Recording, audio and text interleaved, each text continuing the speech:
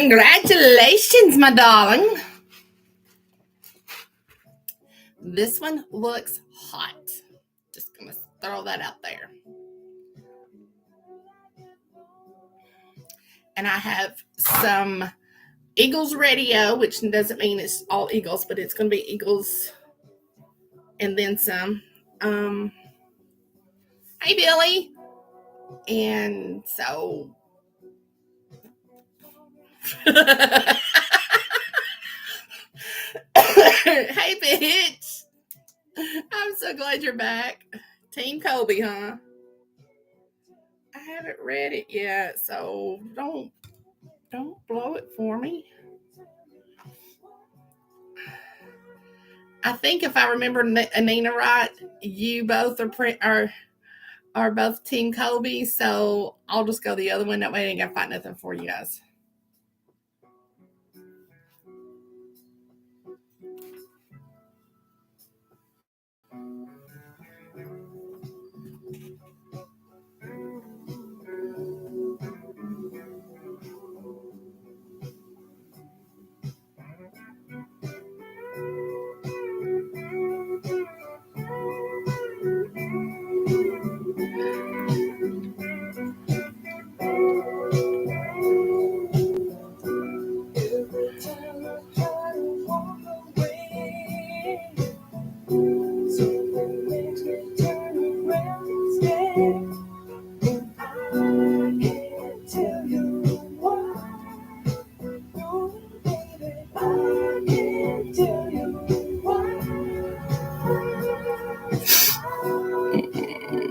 I'm much better, thank you.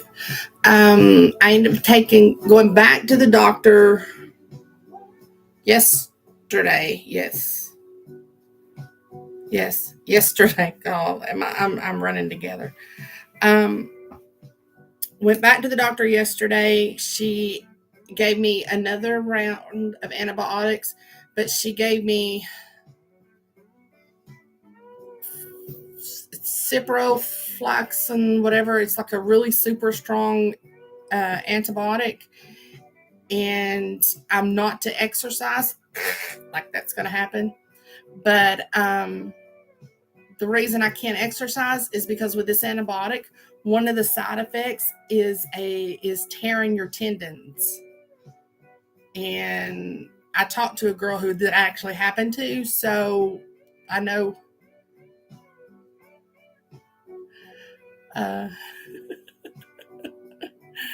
So I'm reading these as I'm talking. And so I'm working from home until I go through these antibiotics Monday week. I'll go back in. And she put me on prednisone for 6 days. It's a 21 pack, I think. And a cough syrup. And it's time for me to take the cough syrup now. But the cough syrup has Finnegan in it. And it makes me sleepy, like loopy sleepy. Y'all see my bird? Y'all can't see my bird. It's all white back there. But it makes me loopy sleepy, so I'm going to wait until I get off from here before I take it. But I do have my drink. See, I wished it was bubbly. It's my Sonic sweet tea.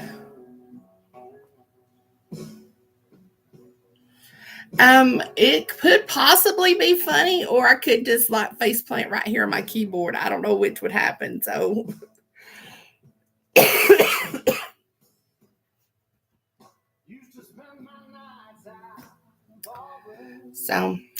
alrighty, it's 8:05. Let's get started. I got us some good dive bar music on. So we got some Eagles radio going here. I know, right? But it might work for this. I didn't know. I didn't ask you what kind of songs you wanted, but I figured this is our age group anyway for most of us. So, all right, let's get started. You guys know when I got my glasses on, I can't read the comments, but I can read my book, which is all that matters. And if you have not checked out the cover of this book, Go check it out. And I promise you, if I shared that picture anywhere on Facebook, they would shut my account down. Pebbles, I don't know how the crap you got away with that. But damn, girl, it's hot. Whew. Miss Susan, is that who it is, Susan? Yeah. Miss Susan has got one killer body. No wonder she does all that stuff. If you want to know more about the cover model, just read the dedication in the book, and it tells you all about her. Miss Scarlet. A deep but whispered voice calls to me, "It's time to wake up." With a groan, I roll to my back, yawn, and stretch my legs and arms as if trying to reach for the footboard. The leg stretch feels especially good after the hellish workout I had with Colby yesterday. Without acknowledging my bedfellow, I sit up, tossing the covers aside. My hands fold over the edge of the bed as I stretch my back by arching, lifting each shoulder as high as possible, ending with another groan. That damn knot beside my shoulder blade still hurts. I'll get Ted to rub it out later, but now I have to pee. After a quick bathroom visit, I return and collect the key from my nightstand. Before I went to sleep, I handcuffed Ted to a spindle on my dark walnut headboard and told him not to go anywhere. Obviously, he can't, and that's why I find it funny. Ted smiles as I slip the key into the handcuff attached to the bed and unlock it, but I leave the one on his wrist. I allow him a few minutes to relieve himself. He leaves the door ajar, knowing he isn't allowed privacy. The shower starts, and I enter the bathroom where Ted holds the glass door open for me. "Ted, wash me." No, she's the mistress, isn't she? "Ted, wash me." Without hesitation, the thickly built man steps in behind me, and I stand under the hot water. I love the way the heat sears my flesh, turning my tanned hue a deep red. Ted holds a pool of shampoo in his hand, waits for me to step from under the water, and then massages it onto my scalp. With him towering over my 5'7" frame, he manages with ease. I rinse, and then the deep brown-eyed man coats my long dark strands in conditioner and rolls it atop my head to affix with a clip. I wash my face, and he rubs me down with a sudsy loofah. My legs spread, and he washes my undercarriage with great care and tenderness, but not enough to warrant punishment for taking sexual enjoyment from the task. After I rinse my hair and body, I step out into Ted's waiting arms, who holds a fluffy white bath sheet, and he wraps it around me before tucking in the edge to keep it snug. I bend forward, and he wraps my hair in a turban towel. I leave the bathroom to allow Ted 2 minutes to wash himself. What the hell am I going to wear today? The left side of my walk-in closet is lined with a variety of long dresses that promise to accent my thin, muscular figure. To the right hang all my lingerie, leather gear, latex, and silk clothing. Everything and anything to scream my dominance. The center houses my regular street clothes and workout wear, which is my goal this morning. I lay my pale blue spandex shorts and matching sports bra on the bed. I sit in the black metal frame chair perched before my makeup table with the large matching mirror. Ted chooses a pair of socks and a thong for me and sets them beside my chosen outfit. While Ted's towel-dried hair points in many directions, he massages my long hair with argan oil-coated fingers and then blow-dries it. He brushes the strands and then twists them into a loose braid while I lotion my face. When I rise, he coats my body in lotion and then leaves while I dress. By the time I'm slipping my feet into my workout shoes, he's returning with a steaming mug of coffee. "Thank you, Ted. You may go," I say as I take the mug from him. He bows, and then his tight ass sways over thick thighs as he scurries from my bedroom. Hell, I might just take Ted. Damn. That man enjoys being my submissive. I enjoy his company, even though he isn't permitted to speak without permission. Having him beside me when I shut my eyes is a comfort. I don't have romantic feelings for Ted and never will. Our relationship is strictly professional. Well, sort of. It's mutually beneficial to us both, and we're friends, I suppose.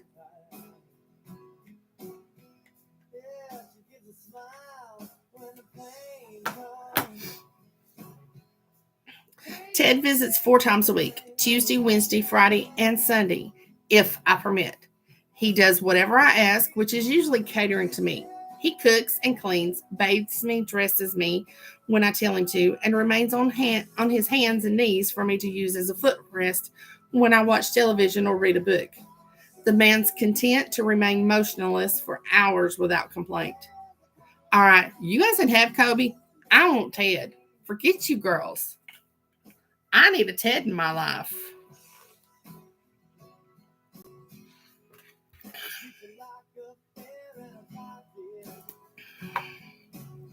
The benefit of our relationship for him is that he can shut off the decision making aspect of his brain. Ted's a clinical doctor with his own practice, and he has to make tough decisions and stay sharp while he's on the job. It's stressful and draining. When he's here, there are no decisions to be made, and he can relax his mind. Oh, please, Lord, tell me how to relax my fucking mind, because it needs to relax. It's a rare occasion when we have sex, but not unheard of. If he's been exceptionally well behaved, I'll allow him to masturbate while he eats my pussy, but he's only allowed to come after I do. Every so often, I'll fuck his ass with a strap on or allow him to lie flat on his back while I ride him to take my pleasure. He can finish himself off only after I dismount him.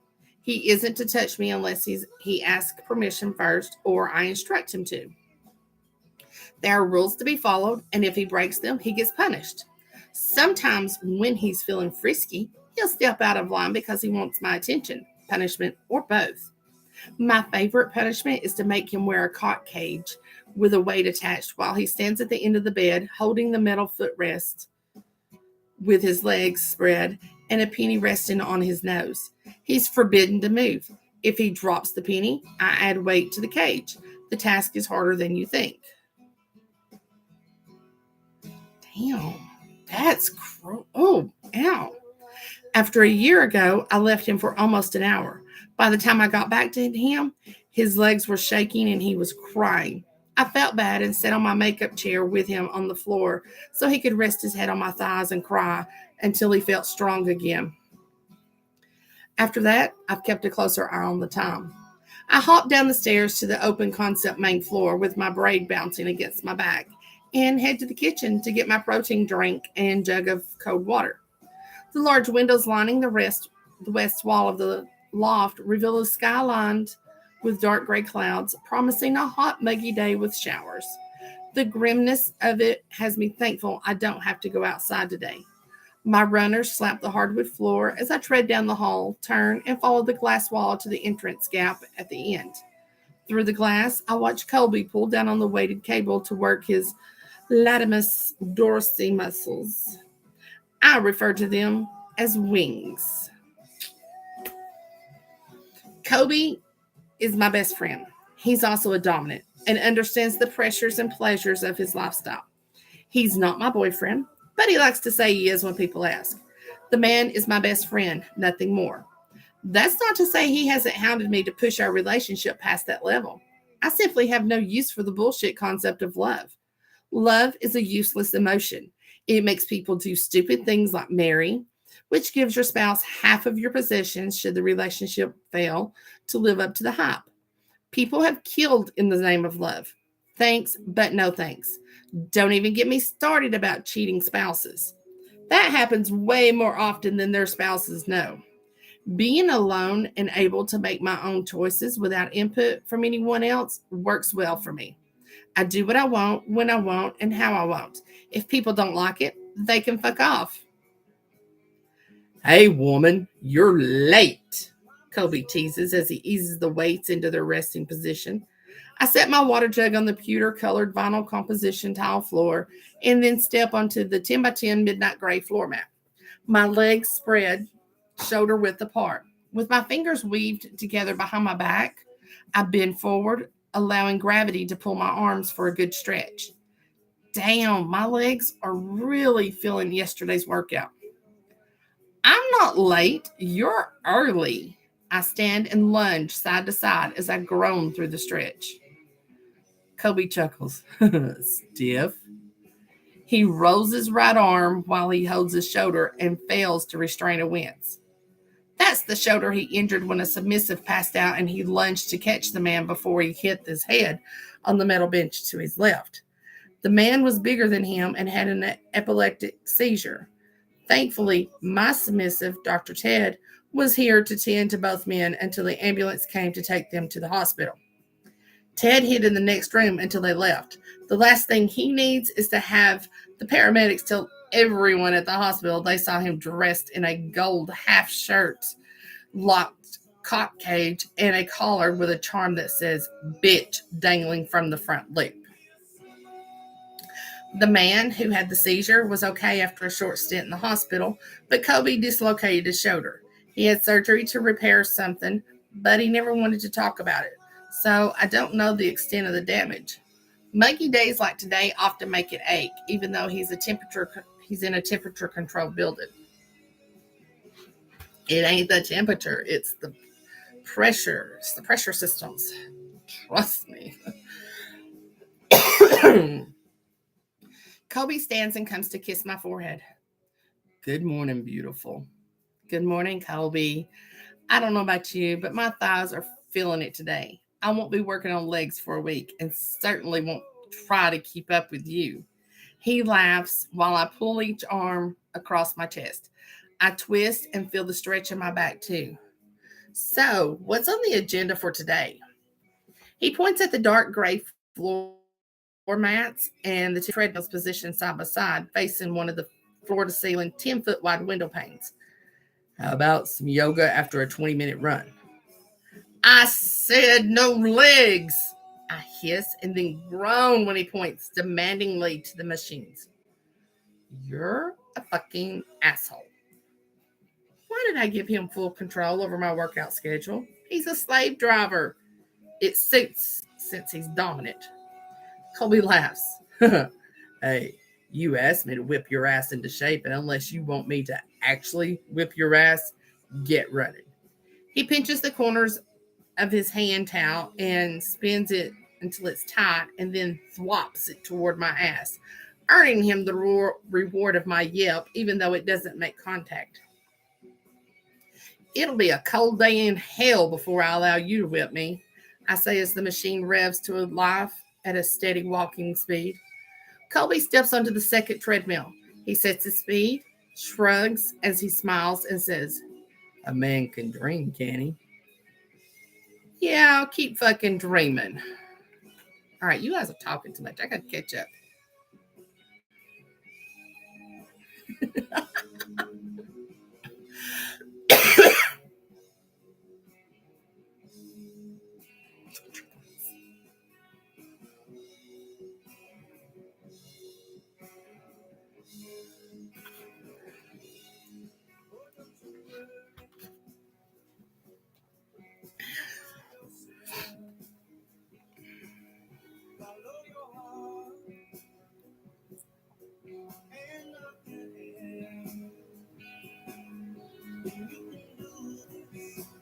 You gotta have a break at some point, Mistress. So let the Bopsy twins take care of them. Lord have mercy. 20 minutes later, we're both huffing and puffing, and my legs feel like cooked noodles. I hate cardio workouts, but they're a necessary evil. I want to be in my best shape to better physically dominate men and, on the rare occasion, women. What are your plans after this? Kobe asked. I sag to the floor and we stretch our bodies along our straight legs while holding our feet. Well, I hold my feet and rest my head on my knees, but Kobe can barely grip his toes with his fingertips, which is still impressive for a musclehead. I have to call Sandra to come and look at the spanking bench in the blue room, and I have to restock the bar. Other than that, not much. He rolls backward until his weight rests on his shoulders and his legs rise high in the air. What's wrong with the bench? I copy his position. The knee pad came off? That shouldn't be too hard to fix, he says and lies flat while stretching the length of the mat. I lie flat but don't stretch. Instead, I flop like a starfish. You'd think so, but the bottom bolt broke through the wood. It has to be taken apart and replaced. And I don't have time to do it. Well, I do, but Sandra could use the work.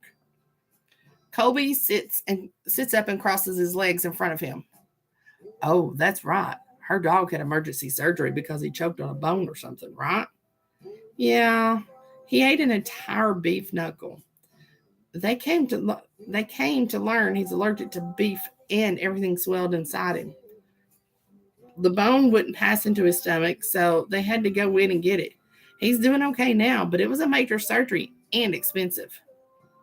A Mastiff is in the giant dog breed category, and that means astronomical vet bills. So if something needs repairing, she can handle it.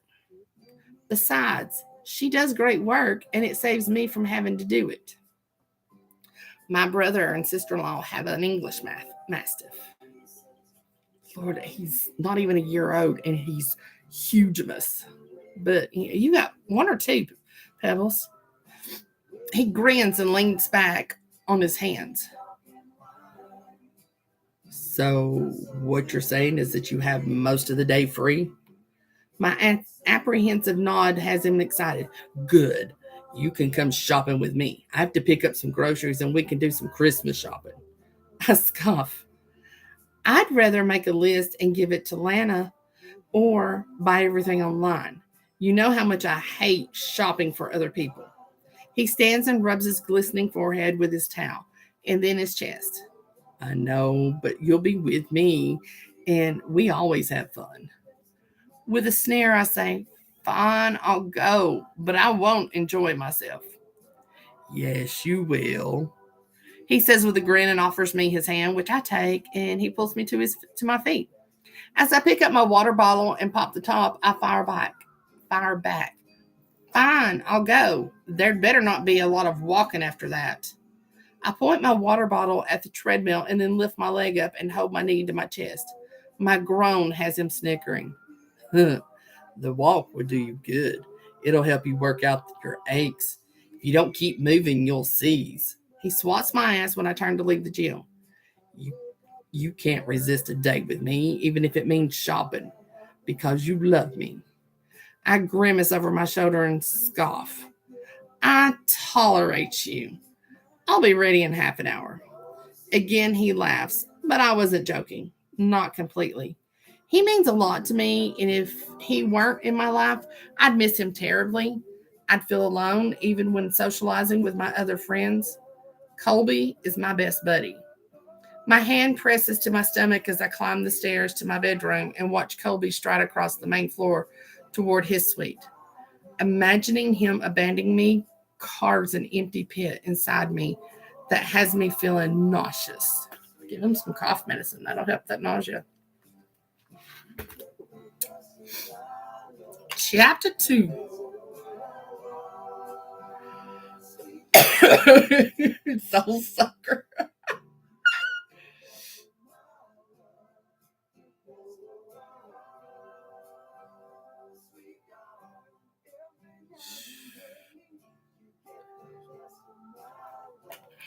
They got an English bulldog and a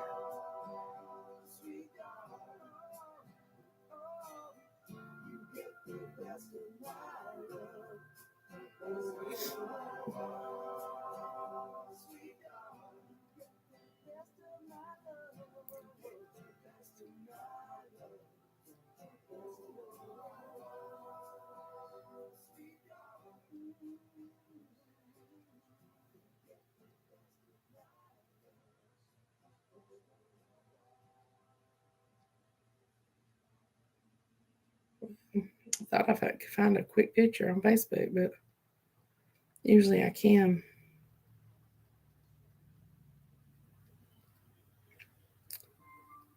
Okay. That's when they That was it. That's when they got him in January. He's just a puppy.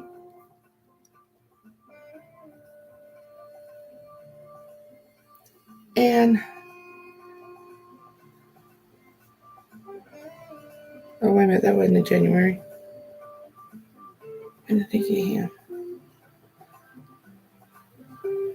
All right. Basically, this is when they got him, and then that's him now. Same little boy, like 6 months apart, 6 or 9 months apart. I can't remember, but he's huge. All right, chapter 2. After a quick shower to wash my sweaty body, I call Sandra while on speakerphone and slip on a white thong and bra, a pair of slim fit black jeans, and a white spaghetti strap top, and then tuck it in. Next is the black belt with the 3 dangling chains that span hip to hip and hang only a few inches.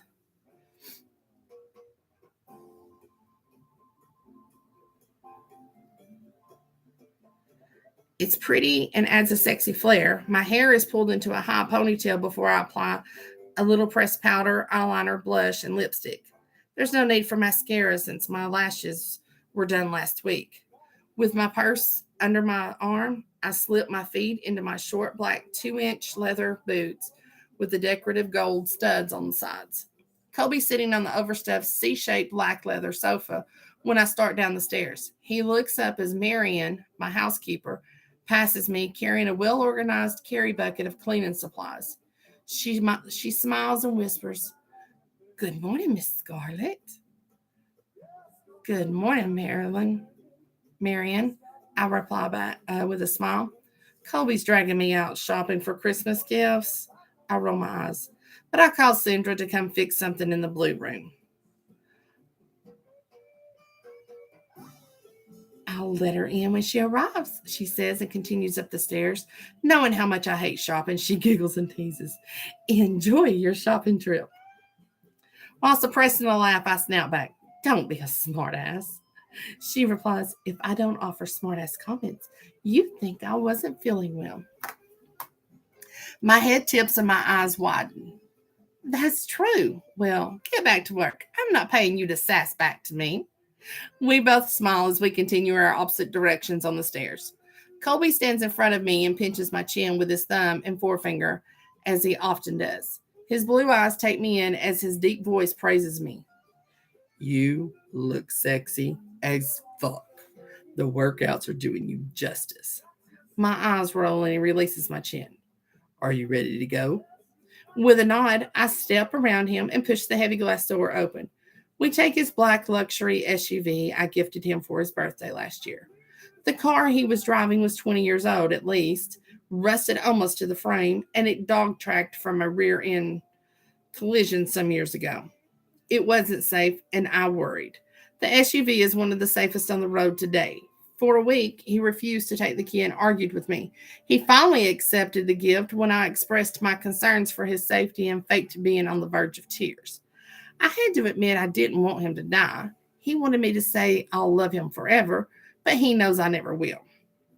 The first stop is at an adult novelty and clothing store. He needs to pick up a new flogger because the leather on the handle of his favorite one is unraveling. I'm so used to seeing that purple and black flogger draped over his shoulder with him dressed in one of his leather harnesses, leather pants, and boots. His muscles bulge from his slim figure, and the diamonds on his gold nipple piercings catch the light. I'll admit he's sexy as hell, and he knows it. We've never had sex and never will. He's my friend, and that's as far as it goes. Not that he doesn't pester me daily to give in to my desire. I know the sex would be amazing, but an afternoon of fun would change our dynamic and eventually kill our friendship. So no, I need him too much. While we're here, I pick up some items we sell out of almost every weekend. A dozen of each variety of nipple clamps, 20 mini vibrators, 4 boxes of different size condoms, and a replacement rubber sheet for the queen mattress set up in the wet room. Last weekend, someone accidentally poked a hole in the rubber sheet, and the replacement I ordered online hasn't arrived. We may need this sheet because people love that room. I don't even want to know. I have a feeling Mike would love that room. Don't ask. The cashier is new and doesn't know me. The wide-eyed open mouth expression she wears as I pile more items on the cash counter has me giggling. Colby picks up a pair of leather shorts, a new harness, and a 5-meter rope, and the red and black flogger he came here for. As the cashier scans my items, I take the rope from Colby's items and hand it to him to put it back on the shelf. I have plenty of rope. His head shakes in defeat, but he drops his items on the counter and puts the rope back. The cashier says, "That'll be..." Before she can continue, I hand her my black card and watch her eyes widen. "Yeah, you little cunt, I'm loaded." She scans the card and hands it back with the bags and then scans Colby's items as he returns to the counter. "I'm paying for my stuff." He glares at me insistently, so I give in. "I should have my own rope." "I have lots of rope. Just take what you need. If it's not going to rub genitals, it can be washed." "It'll be bound tight against Tina's pussy, so," he says and hands the cashier his gold card. The way her face flushes when he sports his best dreamy eyes at her is amusing. The poor girl wouldn't know what to do with a man like Colby. What a hard lesson that would be for her. He'd spank her plump ass until it was red and hot. I pat his snug black t-shirt covered chest. "Don't toy with the woman." He winks at her and says, "But she'd be so much fun to toy with." His jaw tenses and she swallows as her eyes shift from him to me and back to him. "You wouldn't by chance be into bondage, pain, and rough sex, would you?" Her face flushes almost purple, and her hand visibly shakes as she tucks a wad of black hair behind her ear. I don't know." I take his sleeve. "Leave the poor girl alone. Let's go." I turn to her and smile. "It was nice to meet you. Tell Brenda that Mistress Scarlet says hello." Brenda is the owner of the shop, and I know her well because I spend so much money here. If I ever need anything, all I need to do is ask Brenda to find it, and she'll get it for me, no matter what it is. Man, that's what I need to do. I need to open up a sex shop. I wonder if that's in the bylaws. I can do that here in Ringgold. I don't think I can. She isn't into our lifestyle and has never taken me up on my invitations to visit Kiss Me Hard, my private BDSM themed club. Next, we stop at the mall and wander into stores Colby shows interest in. All I can think about is my sore legs and how much I'd rather be soaking in my hot tub. He helps me choose a diamond-encrusted owl pendant necklace for my mother, who loves owls for some unknown reason. Speaking of which, there was an owl out here in my yard last night, like this time last night. It was pretty cool to watch because all my songbirds were trying to run him off. He caught caught a mouse or something.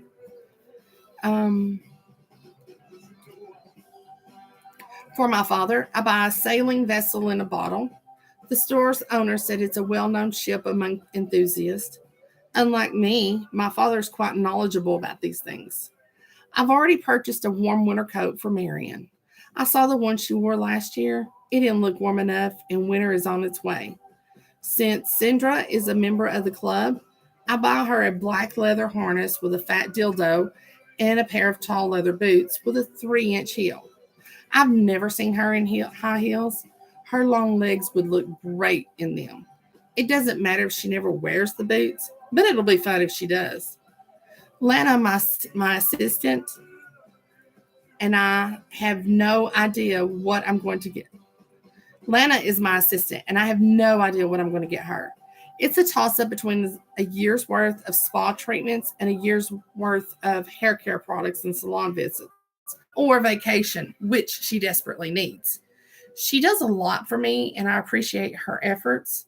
Any time of the day or night, she's available to me, and I like that. Lena knew that aspect was a requirement of the job when I hired her. She's been with me for almost 3 years and can almost read my mind. I'd hate to lose her. So I pay her extremely well and I spoil her when it's appropriate. Colby stops at the grocery store next. We each get a carry basket since we don't need many items. Lana already shopped for the household items and weekly groceries, so I follow Colby around. Something sparks my interest, I put it in my basket. He walks straight to the fresh foods aisle and stops at the ginger roots. When he seeks the perfect piece, his wicked grin flashes. His brows wave when he looks at me from the corners of his eyes. His sharp features allow him to look devilish when he wants to. It doesn't take a genius to know why a dominant sadist would purchase ginger. It's not for tea. Whose ass is that ginger for? Tina. Last weekend, she was feeling brave and asked if she could try it, but I didn't have any. He tosses the piece into the air, catches it, and holds it up between us as his mouth twists into a diabolical sneer. But I have a piece now. My brows lift and I lick my lips. I want to watch her squirm if she'll allow it. I know she will. Tina loves an audience. Cole has 3 playmates, all women. They know of each other and that he isn't about to commit to any of them. They're his female versions of my Ted. He tells everyone he's waiting for me to come into the light and let him love me. I've told him countless times to find someone else. I smell the fresh mint and place it in my basket. There's nothing like mint tea for after a long day. She knows it's going to feel hot, like her asshole's tingling and burning, right? He smiles wide enough to reveal his straight, snowy white teeth. Yeah, she said her friend told her all about it, and the explanation made her even more curious. So I said I'd be happy to help her experience it. It's Tina. Damn good chance she'll love to hate the burn. As we walk past the prepackaged salad bags, Colby stuffs 4 in his basket, as well as other random vegetables. Is there anything you've done to her she didn't like? I ask and smell a peach. My mouth waters, so I toss 3 into the basket hanging from my elbow. She didn't like my fist in her ass. I never thought she'd call mercy for anything, but that was too much. My twisted expression makes him shrug. I wouldn't have attempted it if, in her questionnaire, she hadn't checked off that she wanted to try it, so we tried it. She didn't like it. He shrugs and his hand waves in a check mark. Hard limit. I asked, did she not like the stretch? He shakes his head and looks for employees before tossing an almond in his mouth from the bulk food bin. She said it hurt too much and she wouldn't get past it. And she couldn't get past it. She can take 2 cocks in her ass, so it's not like she's tight. A woman in her 50s whips her head down and stares wide-eyed and gaped mouth at Colby. He meets her eyes, turn to face her while he flashes his sexy eyes and wink. Her cheeks flush and her shoulders straight before she smiles shyly and turns to push her cart toward the bread aisle. I elbow him. You shouldn't flirt with the housewives. Why not? He asks and walks backward to remain facing me. She'll go home and have sex with her husband, maybe even anal, because now it's in her head. Oh, wait a minute. I did that in the wrong voice, didn't I? Why not? Go home and have sex with her husband, maybe even anal, because now it's in her head. My finger spins to get him to turn before he trips. And she'll be picturing you, not her husband. I know. And what's wrong with that, Scar? She can imagine she's with me if it helps get her off. Besides, who cares? Her husband will never know the difference and she isn't hurting anyone. Let her eat cake. He sees the edges of my lips lift and halts before he walks smack into the cart of a man in his 60s. The man scolds him. Easy does it, young man.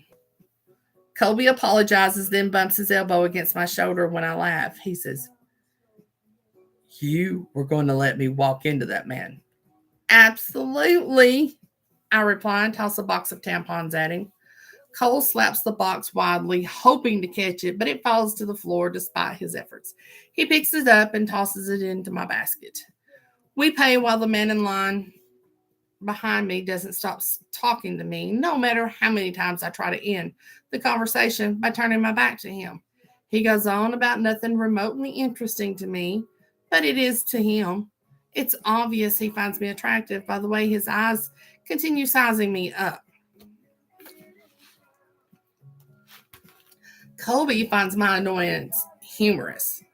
Fine, this is the universe paying me back for letting Colby walk into the cart. Our last stop is at the cigar shop to see if Gary has any we haven't tried. Cole and I enjoy a good cigar. He and I smoke and sip whiskey several times a week under the stars with a fire in our gas fire pit. Those moments alone with him are about as romantic as I get with anyone because I can relax and let my guard down. We've gotten into some pretty deep conversation.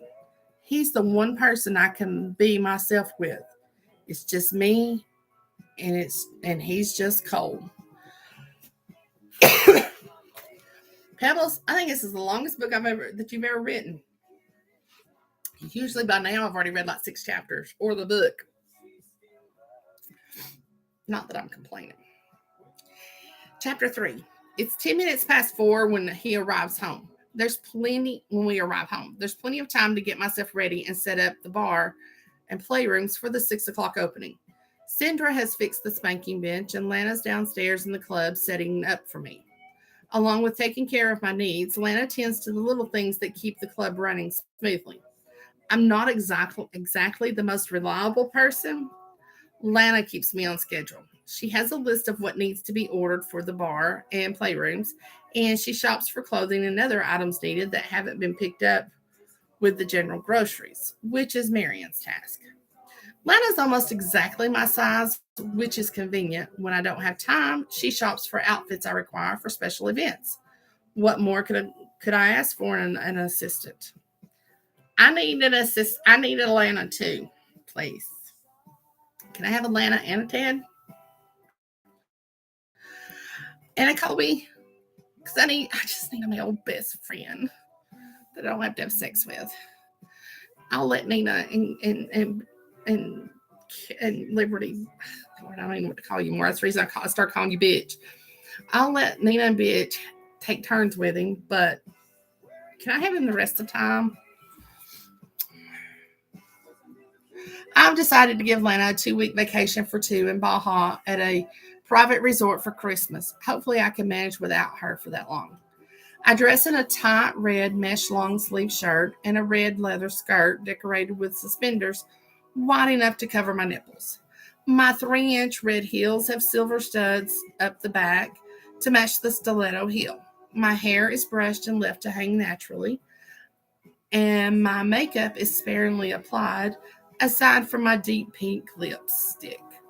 The mesh shirt allows the ink needled into my shin to shin.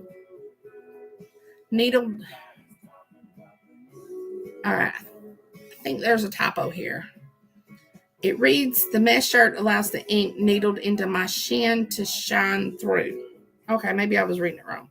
My shin to shine through. Okay. For some reason, I didn't see that other E, and I thought my shin to shin through. Oh, that's all right. See, it's time for my meds. My legs wear nothing but lotion to brighten the decorative art on my strong gams. The small private elevator outside of my bedroom takes me past the main floor and into the basement. Taking the 22 open concept stairs to the main floor and then walking through my home to the back stairs down to the club would take too long. My heels click the dark gray and white marble vinyl composite floor as I exit the elevator and make my way past the security door and into the club. Lana, Marion, and Colby are the only other people to know that code. The last thing I need is some random jackass rummaging through my personal dwelling. In less than an hour, the club's lighting will dim for ambiance, and the music will thump through the entire club with the tempo of a quick heartbeat. The private rooms will be lit with shades, distinguishing them by their titles. Since there are 3 private rooms, giving them color names is more proficient. One room has 2 private shower stalls that accommodates up to 3 people and an open area mimicking one you'd see in a high school and contains 4 shower heads with a drain in the center for group showering or wet play. To the right of that room are the toilet stalls. The doors can be left open should watching or being watched be their kink. After checking to ensure there's toilet paper in each stall and the stacks of towels have been replenished, along with a variety of shampoos and soaps, lubricant, and condoms, I checked Cinder's repair on the spanking bench in the blue room. She did a great job. The red room is in good order, aside from the extension chains that have been hung on the wrong hooks. The hoist needs to be raised higher so nobody hits their head on the heavy hook dangling at the end of the thick chain. It's strong enough to bear the weight of a small car. That would hurt. Lana, I call out as I near the long arched bar with the cherry stained oak top lined with matching stools, cushioned in black leather. Did the rum and tequila arrive? My eyes scan the rows of glass shelving with 100 bottles of alcohol from the cheapest to the most expensive whiskeys. I cater to a financially varied crowd, but few earn below 6 figures, which is probably why I can't find any of these because they're not. Yeah, I'm a poor girl. Um, Lana points to the bottles and says, "Yeah, I put the oh, yeah, I put these out, and there are 2 cases of each in the back. Also, the new Pinot. I don't even know how to say it. Oh, Pinot Grigio. Yeah, Pinot. You ordered arrived earlier than expected." She hands me a bottle.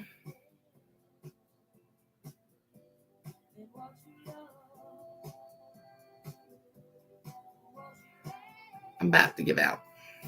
I won't finish this one. You guys will have to read chapter 11 on your own. Lana points to the bottles and says, Yeah, but I put these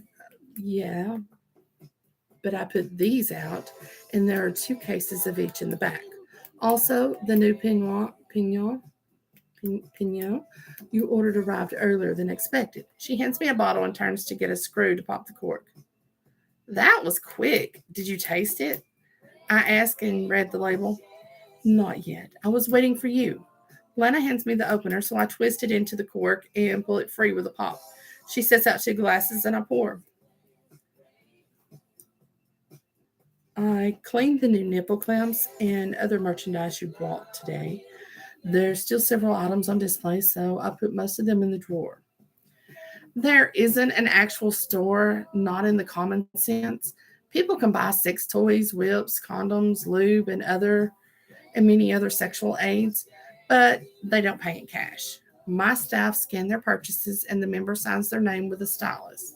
Every 3 months, we charge their credit card under the name Drahim Seek, which is Kiss Me Hard backward. It's a simple switch, but enough where the anonymity of their purchases shouldn't be questioned by anyone seeking to blackmail them. We sip from our glasses and moan. It's smooth with no lingering aftertaste, which I like. These bottles of Pinot Grigio came from a local winery not well known to a lot of establishments. Colby's parents visited a few weeks ago and loved their wines, so we placed an order. They often take tours of breweries and wineries, and their recommendations benefit the club. Lena offers to pour more into my glass, and I nod enthusiastically. She pours herself only a few sips worth, but fills mine halfway. As I lift the glass to the light to see through the golden liquid, I ask, "Did the new woman start, what's her name, Katie?" Lana snickers. "Her name's Caddy." I'll try to remember. Do you think she'd be willing to change her name for my convenience? Lana twists her mouth and tightens her brows. Probably not, but I can ask. It'd be a big ask. Just try to remember. I sip my wine and swish it in my mouth before swallowing. Has she come in yet? No, but I'm expecting her any minute. Lana looks up at the surveillance screen showing the outside of the building. A woman's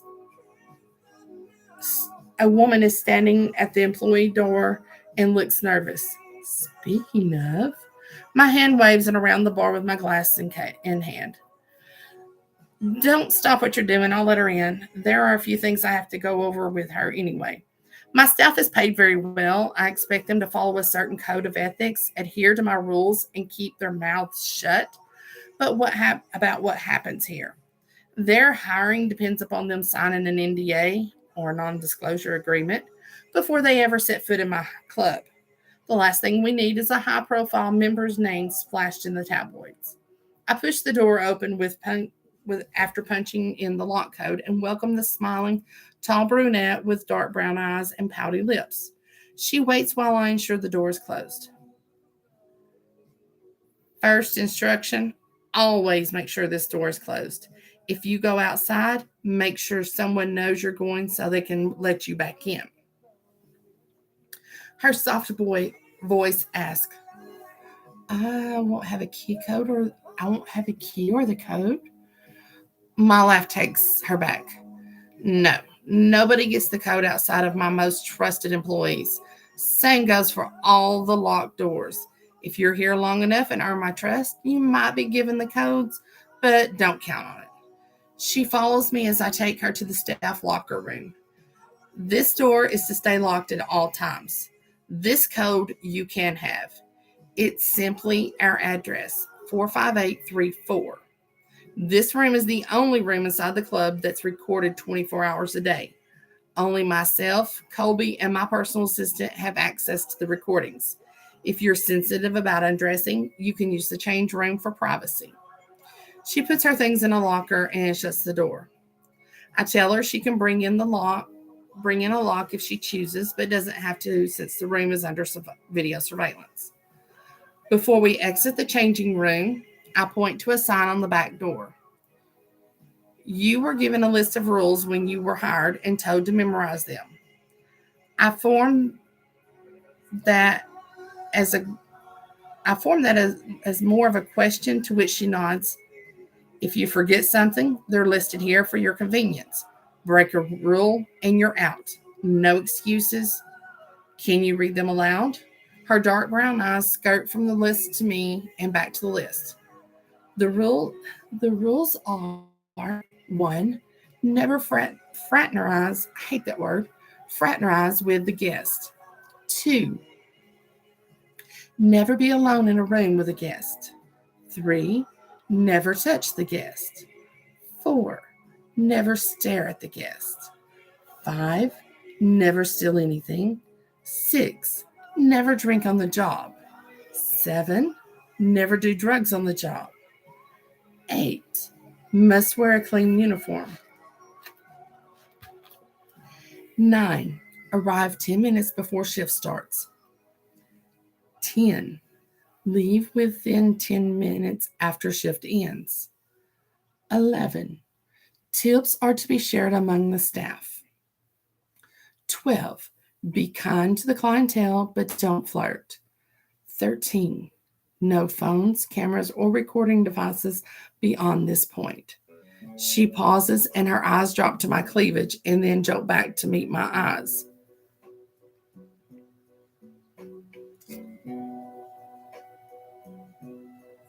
Number two states to never be alone in a room with a guest.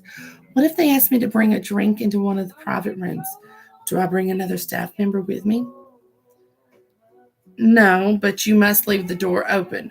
Basically, never close the door when you're alone with someone. It'll be assumed you're breaking rule number 1.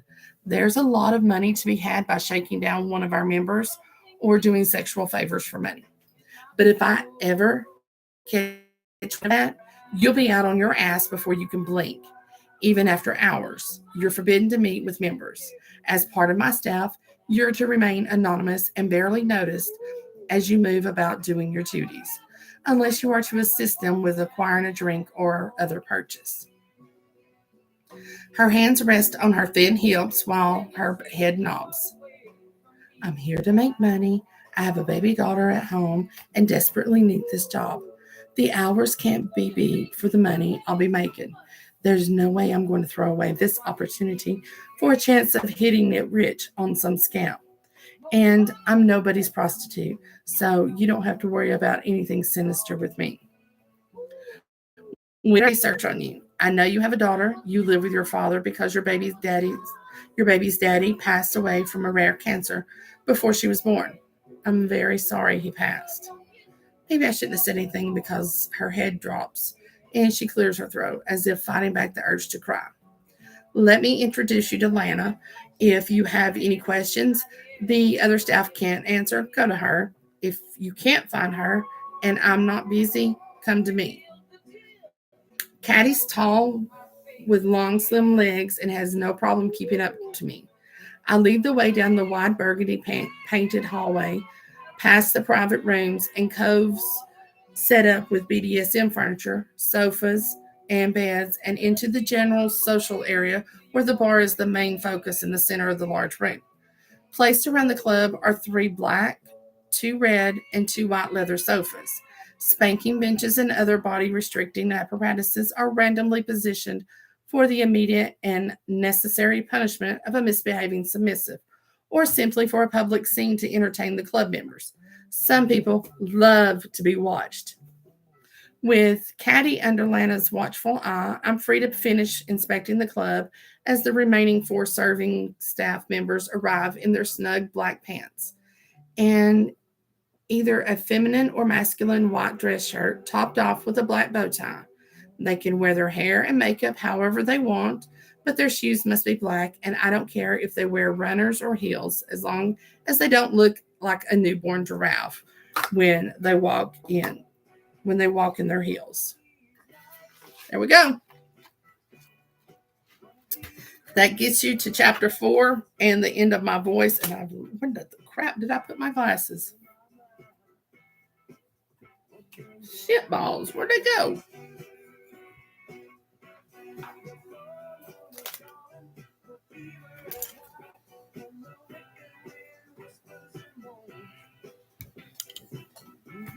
Fuck me sideways. I don't know what to do with my glasses. Oh well, let me read what you guys got going here. Found them.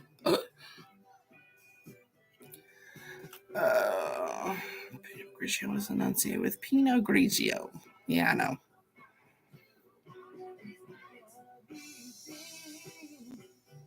Shop here and skip. Sorry, I didn't read that. And I was already too far into chapter 3.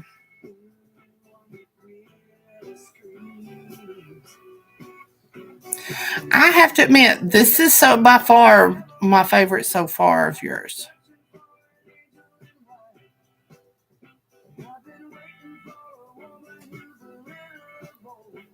Yes, it was freaking hot, y'all. I'm liking this book. This is similar. Well, yeah, it's similar down the same road to a book that I have in my head. Exactly. That's my point, Pebbles. You can't give all the good stuff to them to start with. You have to just bait them. You have to bait them. You don't have to just let them take all of it. Yeah, so far I'm liking this one a lot. I mean, I like all your books. It's not that. This has got more build up to it. Your books are usually short and sweet, and I like them long and savory. I know. That's why you like them short and sweet. Get to the meat of the problem and get it over with. I like slow hand. I like some Conway Twitty and some Berry Wild with mine. All right, ladies, have a good evening. I'm going to go get some cough medicine so I can pass out and heal my throat or whatever. I'm not hurting. I just can't talk. Let my vocal cords rest.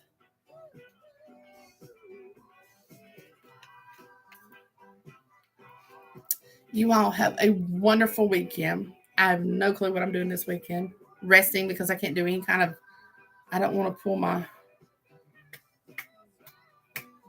Ooh,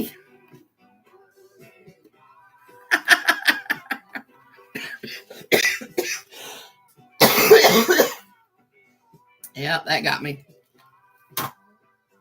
Love you, girls. You guys are my tribe. I love you. I love you. I love you. I will catch you on the flip side.